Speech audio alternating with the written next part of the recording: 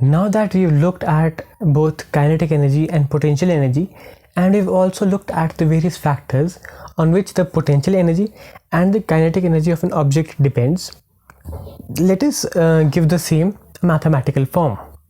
So how do we do that? Well, let's first discuss kinetic energy.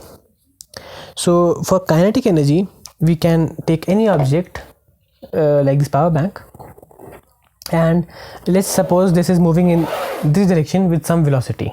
For now, let's say the velocity is constant, just for simplicity's sake. So it is moving in this direction with some velocity, let's say v. Now, and let's say this object has some mass m, so that mass is m. So this object, this power bank, has a mass m and is moving with a velocity v. So if we have to find the kinetic energy, that would equal, well, we just now saw in the last video, the demonstration that I had shown you, that the mass, the kinetic energy of an object is directly proportional to its mass. So the higher the mass, higher will be the kinetic energy for any given velocity. So obviously kinetic energy should equal something, it has to do something with mass, right? So if I know that mass should be on this side. Why? Because if mass increases, so should kinetic energy, because there's an equal to sign in between. So yeah, I should have a mass term there, because it definitely does depend on mass. We just saw that in the last video. Also, we saw that kinetic energy was proportional to velocity. Faster objects had more kinetic energy. So we also know that a v term should also be there. But we saw that as the object's velocity increased by a slight amount, the change in kinetic energy increased drastically, and so we can infer that maybe it is not directly related to the v, but it is related to its square. Now I won't be going into the exact details why we have a square there. For now, let us just believe that kinetic energy is proportional to the square of velocity. We will see that later. Now it so happens that the exact relation is mv square divided by 2. Now again, what is the funda with this 2? We will get into that later, not now. But the point is, this is the equation that we get for kinetic energy.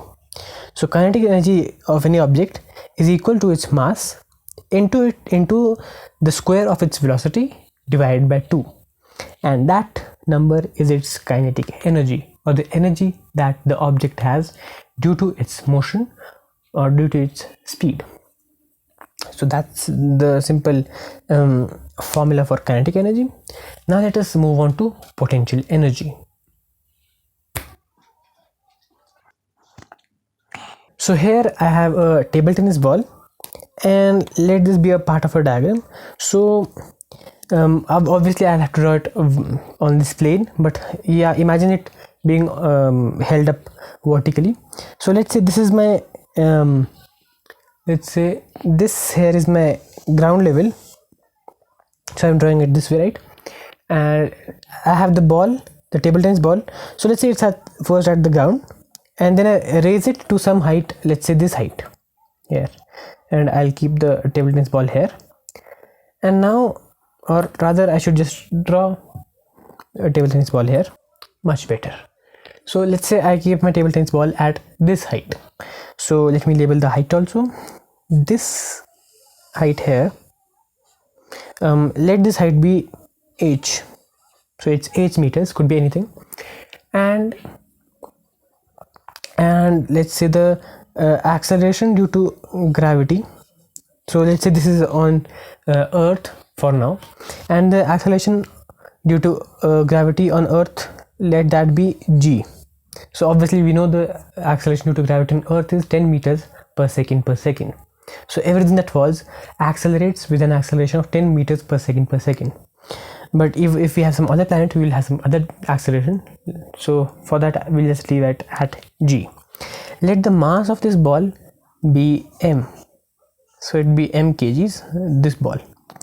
So with that we have all the required variables, and let us find its potential energy. So potential energy is the energy stored inside this, and in this particular case we are talking about its gravitational potential energy, or the energy stored in this ball due to the force of gravity. So if there's no gravity, there will be no force acting this way and it will have no potential energy. But in this particular case we are talking about the gravitational potential energy.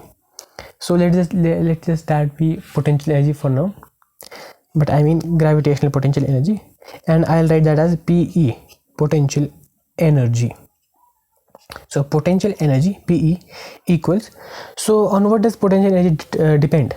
So in the last video we had seen that potential energy does depend on the mass, right? So when I had thrown a table tennis ball, I did not get that amount of work, and so the table tennis ball did not have that much potential energy. But when I threw a larger ball like a football, I got a larger amount of work from the same height. So that showed that as I increased my mass, the potential energy also increased. So obviously we should have an m term on this side, just like that, and if my mass increases, my potential energy increases. Secondly, we also saw that the potential energy of an object depends on its height, how high the object is placed. So what we had done was we had first thrown the football from a lower height and we got a decent amount of work out of that. So the table tennis ball was launched till a decent height, right?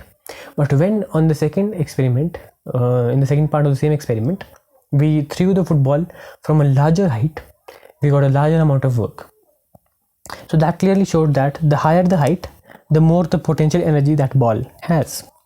So obviously we have an h term,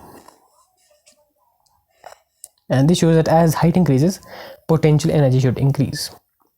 And finally we also have a g term, which simply shows that the gravitational acceleration, or acceleration by which the objects accelerate while falling down, so that also plays a role in the potential energy. And if we have a higher gravitational acceleration, we will get a higher potential energy.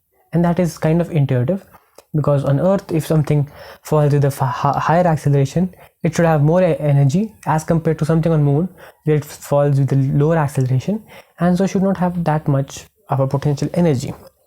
And so we can combine these three into one equation.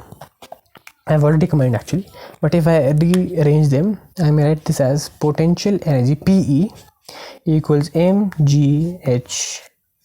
So that is the simple formula for potential energy. Potential energy of any object equals its mass times the gravitational acceleration, or the acceleration with which falling objects accelerate, which is generally 10 meters per second, and times its height, so the height of the object.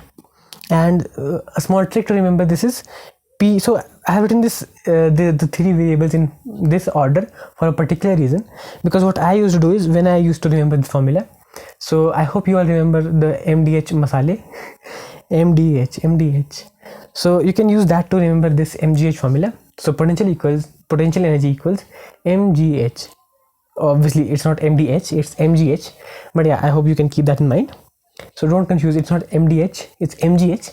But yeah, I have given you this small example just to help you guys remember this formula. So potential energy equals mgh, that's it. And we have kinetic energy on the other hand, which was half mv square, or mv square by 2.